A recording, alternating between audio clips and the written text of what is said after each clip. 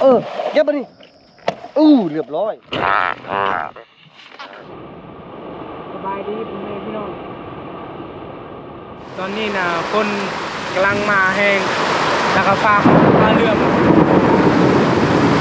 เบิ่งนะลมพ่อแม่พี่น้องแบบนี้นะเมื่อบ้านบ่ได้เลยเบิ่งนี่ต้นไม้นะปอติงไปติงมาอยู่พาบัดนะก็3-4เทื่อมัดเลย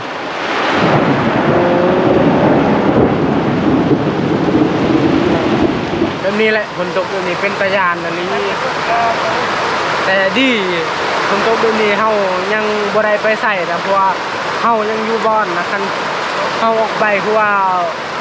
บ่เรือเพราะว่าลมนะลมคันเฮาหากินก็หากินบ่ได้ลมมีแต่เช้าฝนจะไปหากินนะตอนนี้นะ3 โมงแล้ว3 โมงใกล้จะ4 โมงแล้วเบิ่งลมนะบ่ได้ไปรักซ้ำเนาะจะไปแล้วคนญาติมีแต่ประการอย่างเดียวมันมีลมใกล้เยอะคนยังชิตกอยู่เนาะยังมืดอยู่เดี๋ยวพวกไม้ทุกคน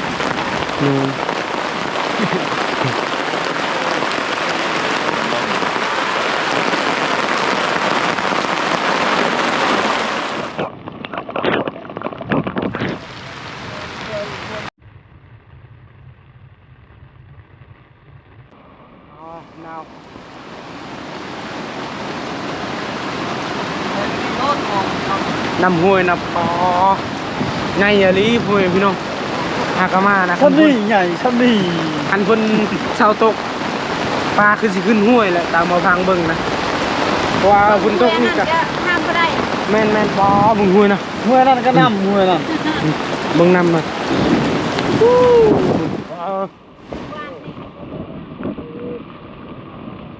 บ่าวพางสิไปเบิ่งเรือก่อน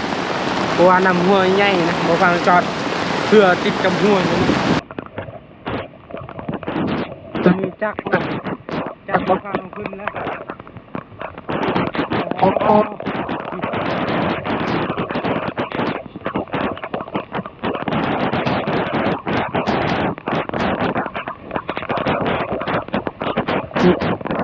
น้ำห้วยนี่ได้แล้ว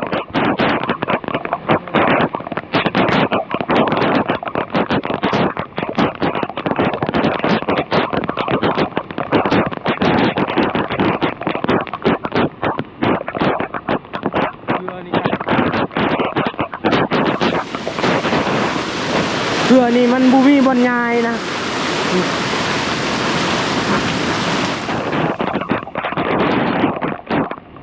ไม่แต่เบิ่งเครื่องคลองทั้งในนะแล้วก็ที่บนยายเพื่อนี่เพราะว่าน้ำมาแห้งอะไร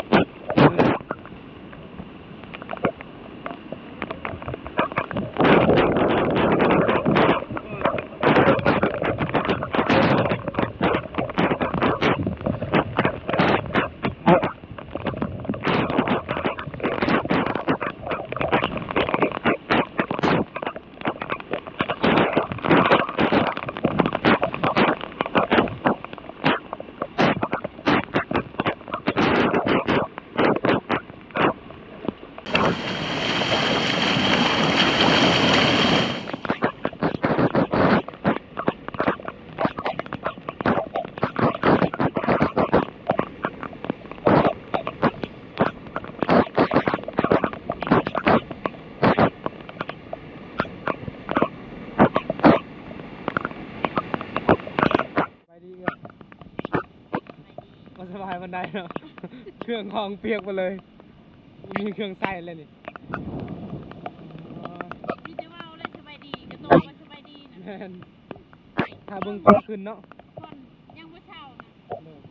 ยังบ่เท่ายุ่งยากยุ่งยาก หยุดแล้วก็มาหยุดแล้วมาอีก แม่น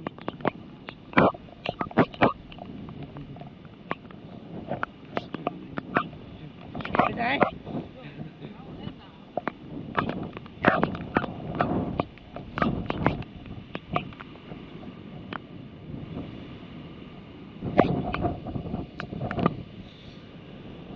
โอ้คนมีความหักเลยนะ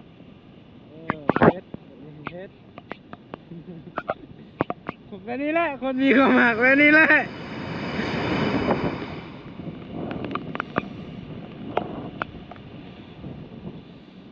ตัวซื้อไม่ได้อ่ะ โอ้ยสลายยานล่มฝนไม้นี่มันนู่นไม้กับที่พักอันนี้มันใกล้กันแท้ แม่น ล่มบ่ล่มโอ้สลาย ซื้อเศร้าง่ายนั่นแหละ มาเกิดบ้านป่า ฝากติดตามเด้อคุณแม่พี่น้องฝากเป็นกำลังใจให้ ต้องมาเกิดบ้านป่า โดยทักกันมาครั้งแรกเนาะ หาอยู่หากินหามาครั้งแรกฝนตกอ้ำเถอะล่มตกฝน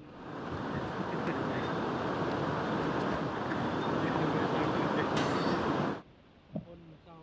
ตกเรียบร้อยแล้วทีมงานเฮาก็พากันไปหลักแต่มื้อนี้น่ะบ่พังบ่ไปเพราะว่าบ่พังก็สิลองใส่เบ็ดกับไปเฮียงนะเพราะว่าฝนตกใหม่ๆแล้วก็น้ำขึ้นนะบางทีก็มีรุ่นนะปลาเคิงถ้าติดตามนำกันอีกแจ่วมี ต้ม เชิญแซ่บสิไปทางใดสองในพัน ดังดัก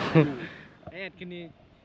นะเช้านี้จัดเต็มเลยเนาะสองโตโอ้ผนได้ไก่ได้เก่งเลย กันมาแทนนี่แล้วใกล้มันน้ำตาคู่พลาดเลย สิไปรัดจะคน มีตายก็เจ็บรถคนมา อายก็ไปเหรอ ไป ไปบนเก้าหรือว่าบนใหม่ บนเก่า เออ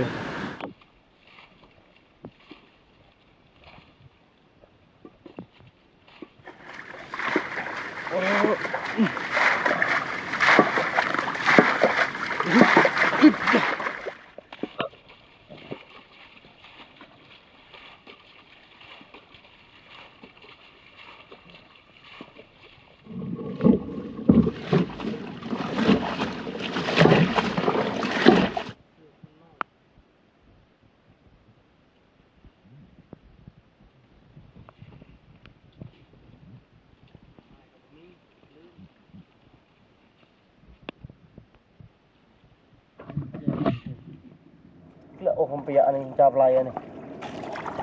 เนี่ยมันปลายดับเลยจับอะไร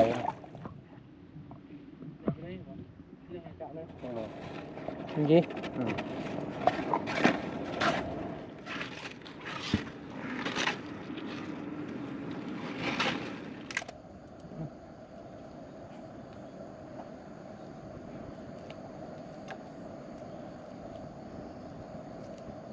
muốn là được không มึงเนี่ย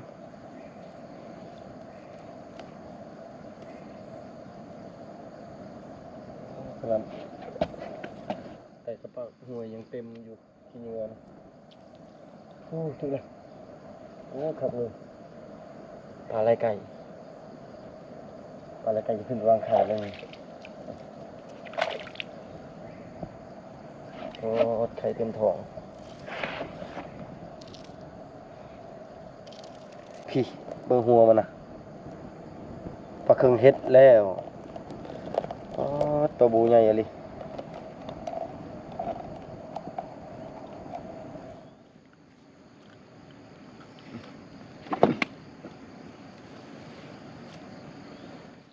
ยามมองแต่ต้นไม้เปื่อยมาหอดพีได้ปลาซ้ำโตนตะโบตัวหนึ่งปลานี่น้ำอะไรไก่เลย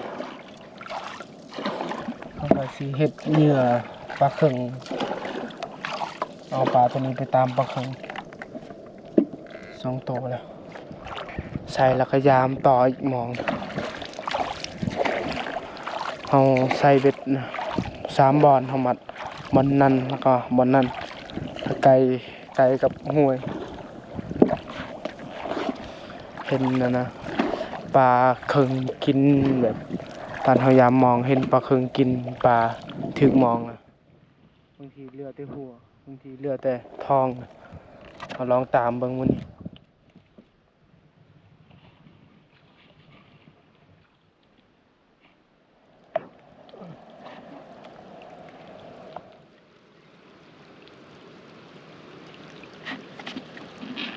กูย่างก็ได้ในหมดบาง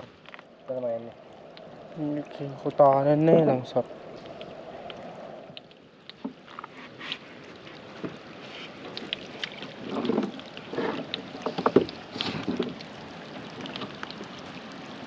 คนนี่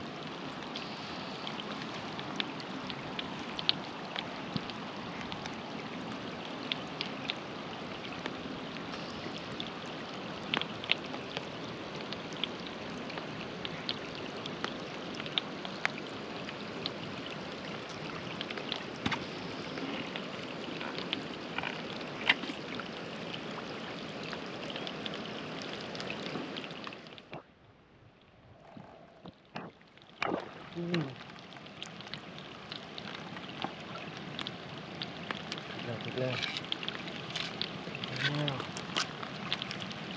พันคักเลย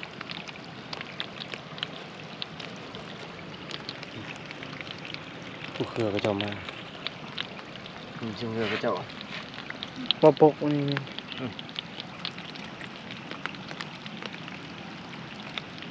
ใหญ่เยอะปุกเนาะแม่นบ่ปุก คือ แต่ว่าปุกบ่ค่อยใหญ่ คนตกก็บ่เซาซะ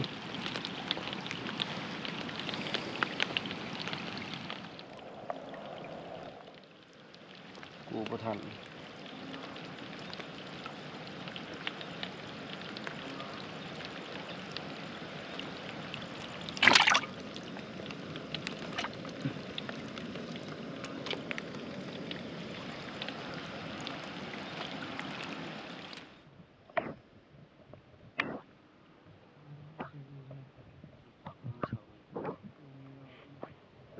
บ้านเฮามาจากเนาะ2 คน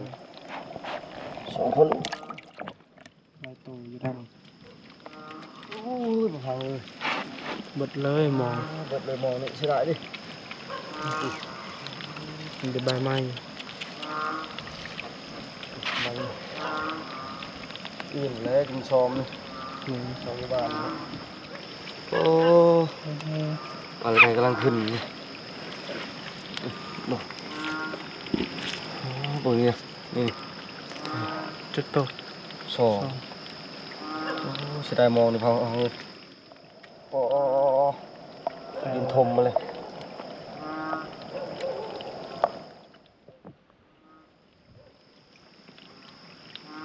ปลากำลังขึ้นหัวปลาอะไรกันตัวใหญ่เลย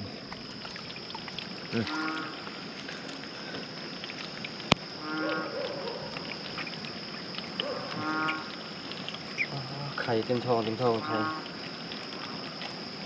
ทุกไข่น่ะออกเลยดี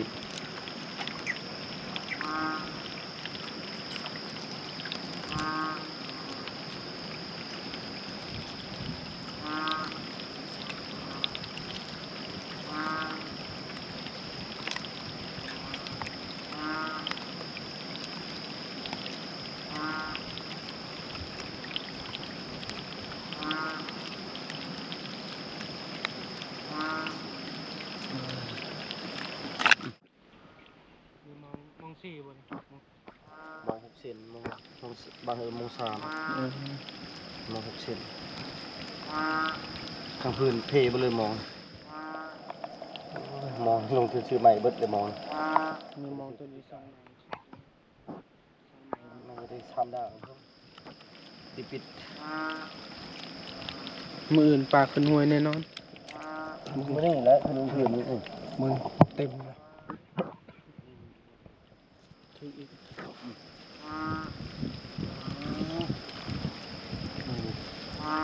อยิลุมก็ถือได้อะไรจะยกบ่เบิด สองตัวเลยมั้ง โอ้ไปยัง ใกล้ ปลาอะไรไก่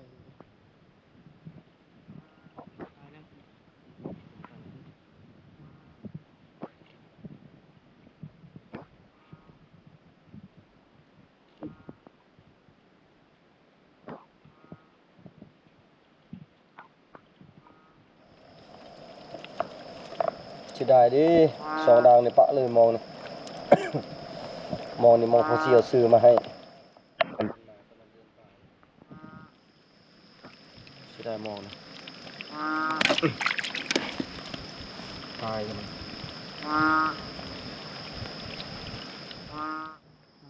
ไปตามปลาคึงปลาหลายที่สุดวันนี้คือปลาไหลไก่นี่ปลาไหลไก่เริ่มขึ้นห้วยแล้วไอ้เฮียงลองเบิ่งสีมือไอ้เฮียงก่อนอึ๊บเนาะ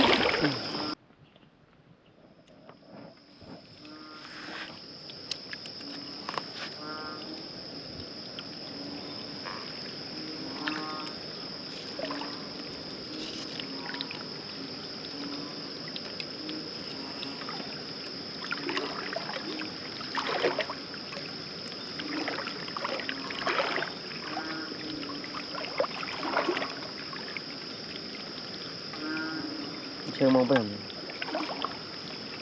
มองลงไปจะตูม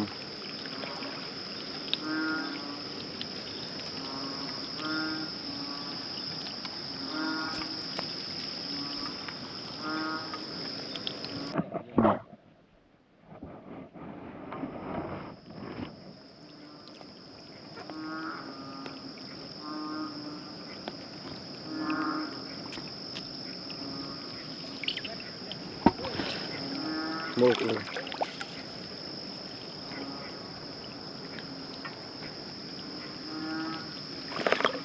สุดท้ายแล้วนี่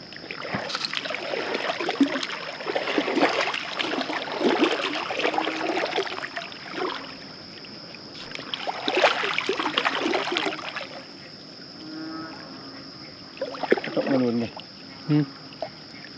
อึ่ง อะไรเชื่อchỗ này อบมาเจาะกบ cụcตัวchỗ เบ็ดบอลนั้นนะคะใส่เบิดเรียบร้อยแล้ว2 บอลบอลนี้ก็คือบอลสุดท้ายเลย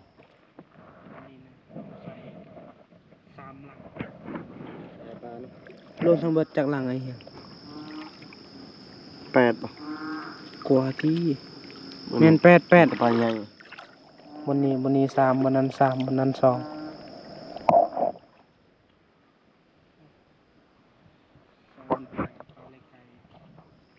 อยากได้ปลาใหญ่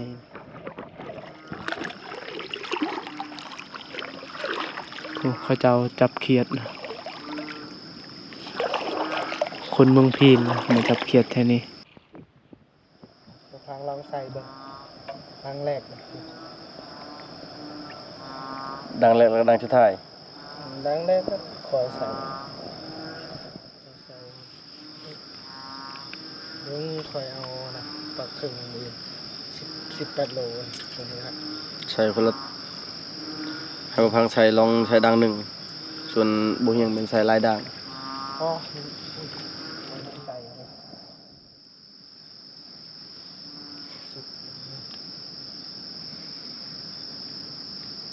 ตะเกียบว่าวิทย์เลยว่ารีนี่ลงไป โอ้ย ต่อมันต่อมันก็แบบจีน ลิกจ่าบูเรือป่าเนี่ยอยู่รับลูกจะคุณจะให้กินสุกหินมันให้ได้ปลาใหญ่สาวปลาโลโอเคครับ ปอลืมเอาเลยพัดเลยเอาไม้พัดเลยพังเฮียงเลยเรียบร้อย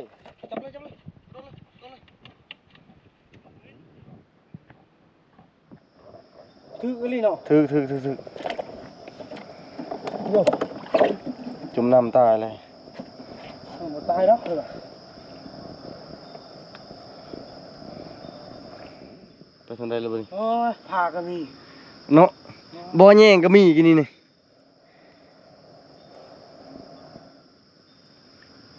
ไปทางใดแล้วบ่นี่ มันมาตายแล้วคือว่าเนาะ จังว่าเลย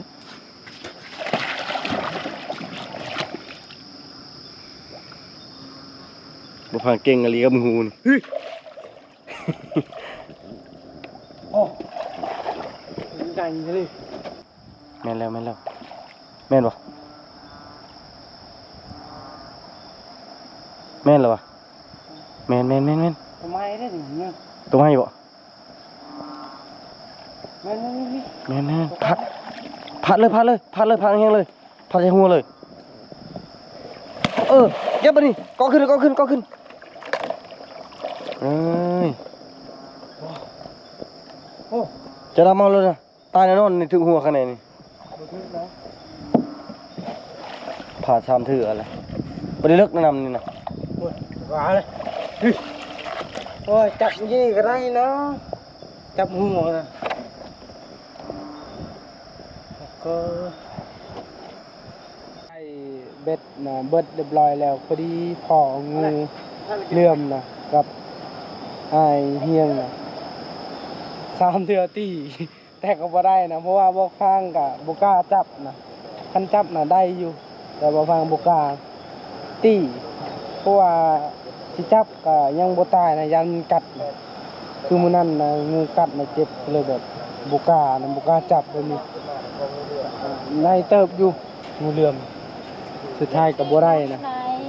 มาฟังตีถึงบิดน่ะมันอีกตายแล้วเห็นห่าง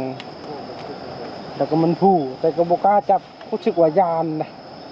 ถึงบิดน่ะบ่ยานแต่บัดเห็นตัวจริงแล้วก็เห็นเบิดกระโตน่ะยานแล้วไปตีสองอีกตีก็บ่ตายตีสามก็บ่ตายสุดท้ายก็บ่ได้คือเก่ามันกลับมาฮอดที่พักที่งานเฮาก็มาพอดีเห็นเพิ่นปีงกระหอกแล้วก็แกงปลาคือสิประมาณนี้แหละอาหารตอนแรงปันกินข้าวก่อนยังบ่ทันกินข้าวเที่ยงครับ ปิงก็หอม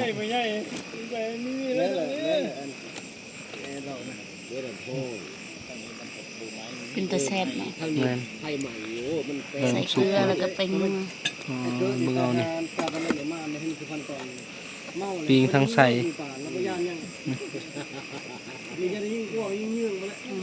ต้มเคลียร์ก็หอกมา อุ่นก็หอบมื้อเช้านี่ปิงก็หอบแกงปลาแกงอึ่งมีแจ่ว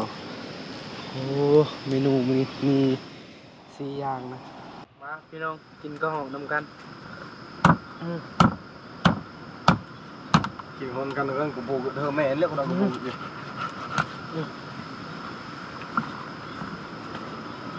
เฮ้ยกองผมที่ไหนไปไหนจ๊ะคุณที่รัก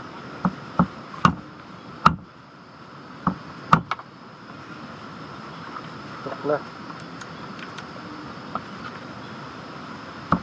เอาเครื่องโตก็ได้บ่ครับบ่เบิดเด้อบ่พักเบิดเด้อยันกินบ่เบิดอันนั้นยังเหลือแต่2คนเฮาเครื่องโตบ่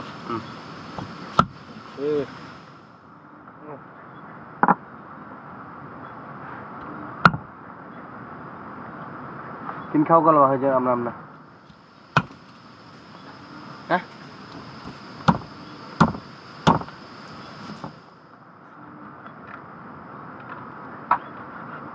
โอเคชุดนี้เนาะ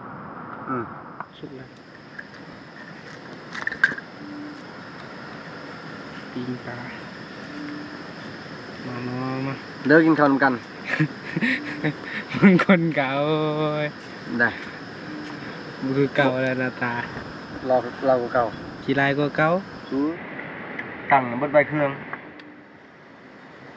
ไปกับบอกทางบ่วางจำไหนได้ว่าแถวฟันบุก มึงบ่ชื่อเลย ฮะ บ่ชื่อ จื้อ เพราะนางหาชื่ออยู่ เอาหอดนะฟ้าหอดมองดังมาจากไหน วันดักนะมึงชื่อแล้วไปกลางคืน บอกว่าไปทางนั้น อะไร มือ กลางคืนบ่คือกลางเว้นเนี่ย เขาชื่อเขามาหุ้มมาแข่งเขาไปได้บางออกไอ้วันในบางพอดีพ่อเขาเจ้านะเขาเจ้ามาจับอึ่งอ๋อ Kan phim vậy nàyไปออนไปทะเลเบียกูมั่งนี่มาละเอียดประแตนมา มาแท้มากุ๊บนะบ่กุ๊บสองตัวยังออกอยู่เพียงนี้พอได้ต้มมื้ออื่นเช้าจะโดนมันปุ้ยเกิดไปจะโดนไปมึงจะโดนไปตาจะโดนก็จะโดนไปมันจะโตได้ลูกได้ลูกลายกว่านะ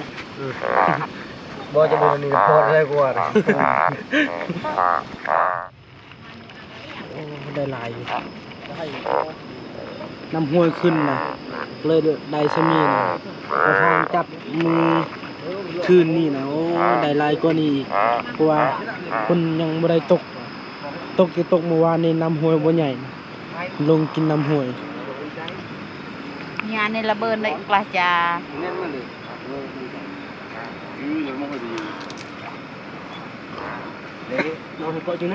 ให้เขากินข้าวก่อนอาหารยังเหลือหลาย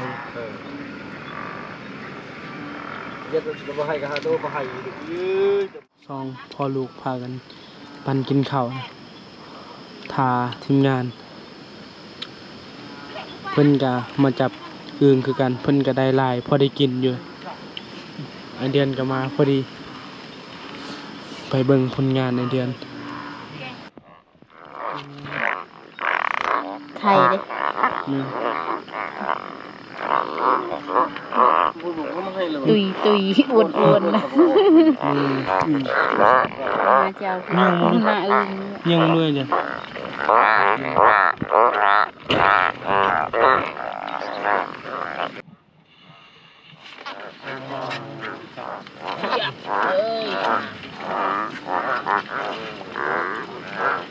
ก็มี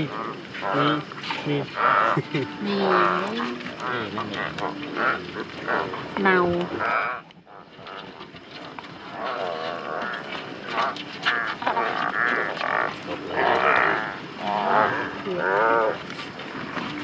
รวมอึ่งเจาะเลยคืนนี้ผมฟังเลยดูตัวลายอยู่นี่ได้ลายอยู่นะคนในบ้านก็ได้ลายบ่พังสิลองไปการเบิ่งบ่ฮู้สิได้หรือบ่แต่ได้ยินอยู่เสียงอึ่งนะอยู่เทิงเอ้าไปติดตามกันว่าสิได้หรือบ่ไป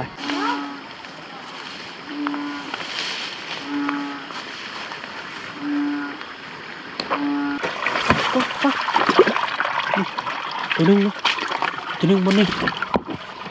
โอ้นี่สองตัว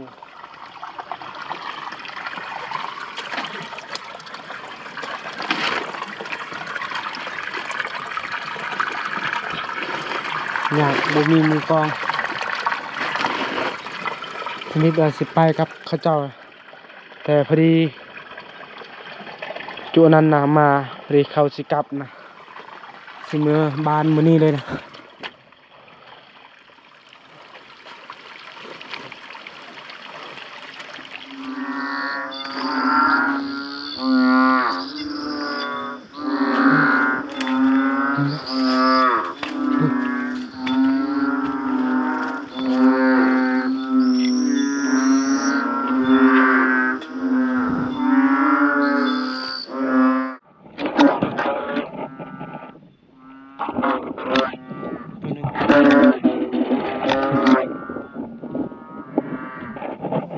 เสียง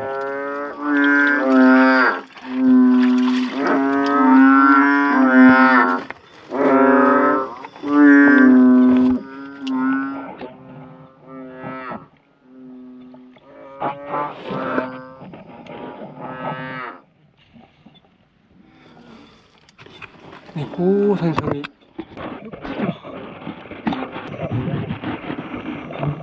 สิได้กินพี่น้อง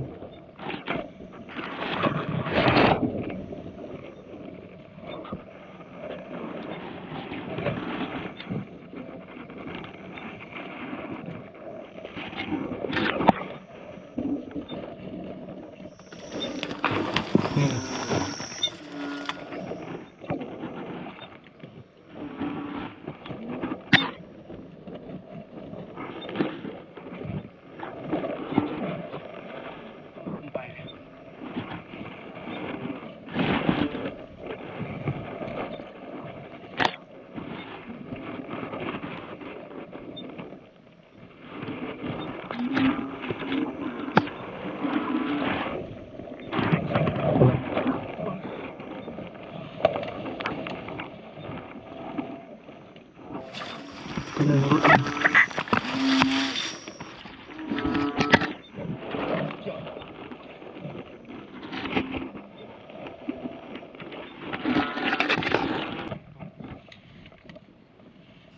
ตัวหนึ่งรุดแล้วเกือบแล้วเกือบแล้ว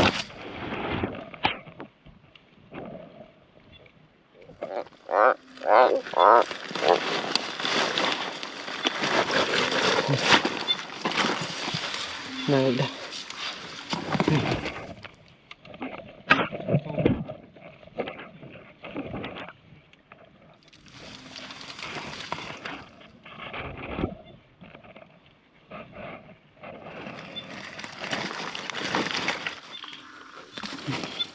อนี่เก็บก่อน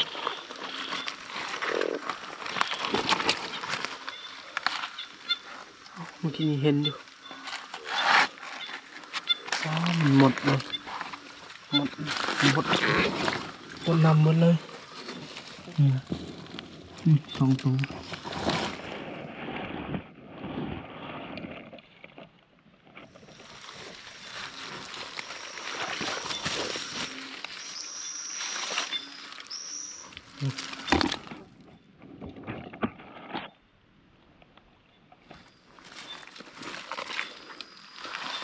ได้หลายเลยนี่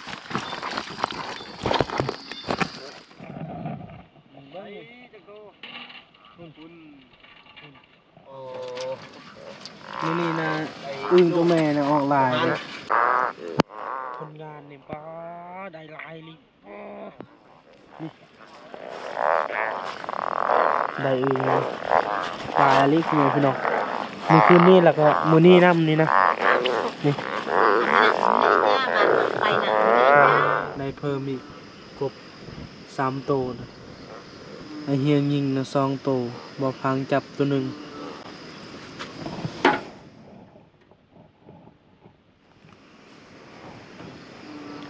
ขออนุญาตพ่อแม่พี่น้องขออนุญาตบ่ได้ใส่เสื้อเพราะว่าห่างกันแล้วอาบน้ำนะทีมงานเฮากะพากันไปการแล้วไอเดือนเพิ่นกะไปแล้วก็ไอ้ายเพิ่น3 คนเพิ่นกะไปบอลนี่นะยังมีอยู่เอื้อยไผแล้วก็ไอเฮียงเมียไอเดือนน่ะยัง4 คนอยู่บอลแบบนี้แหละคันเฮาใส่เบ็ดใส่มองว่าสิไปหากินกะบ่ได้ไปซ้ำเพราะว่ามันเสียเวลานำเบ็ดน้ำมองนี่แหละแต่ใจบ่พางน่ะตั้งใจว่าสิถ้าเอาปลาขึ้นห้วยแต่กะมื้อนี้น่ะคือว่าฝนตกแรงแต่กะปลาบ่ขึ้นห้วยนะบ่ฮู้มันขึ้นมื้อใดนะแต่กะปีนี้มันก็ต้องขึ้นแน่นอนเพราะว่าแต่นี่ฮอดเดือน7 เดือน 8นะก็เริ่มแล้วฝนตกปลาก็ขึ้นสำหรับคลิปนี้ก็สิบ่มีหยังหลายก่อนอื่นก็ต้องขอบใจพ่อแม่พี่น้องที่ติดตามและให้กำลังใจคลิปหน้าพบกันใหม่บ๊ายบาย